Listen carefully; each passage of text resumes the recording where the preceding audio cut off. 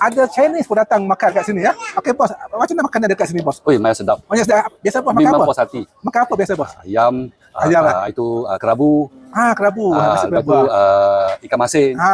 Banyak sedap. Ikan Okey, pokok. ikan bekok. Ikan bekok pun ada. Okey. Memang sedap. Bos dari mana?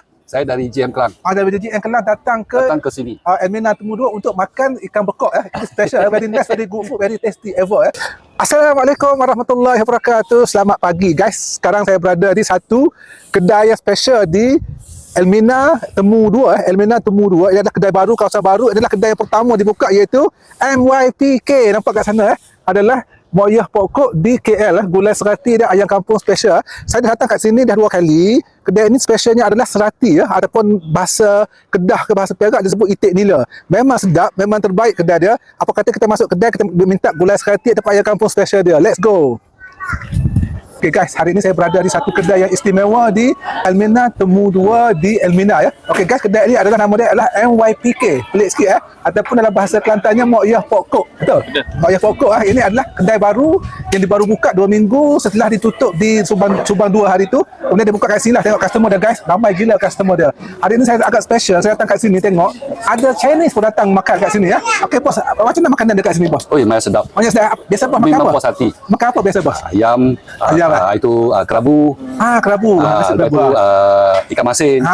Banyak sedap. Ikan pokok. Ikan bekok. Ikan bekok pun ada. Okay. Memang sedap. Bos dari mana? Saya dari JM Kelang. Dari JM Kelang datang ke sini. Elmina Temu 2 untuk makan ikan bekok Itu special, very nice, very good food, very tasty ever Okay guys, sekarang saya bersama dengan owner dia iaitu Cik Syam kita kat belakang ni. Okay, kita nak minta pendapat sikit Cik Syam. Ya. Okay, macam mana penerimaan customer pada kedai Syam yang baru ni? Ya, alhamdulillah lah. Saya tengok dia punya momentum dekat kedai baru ni, penerimaan dengan orang sekeliling di Elmina semua memerasakan lah.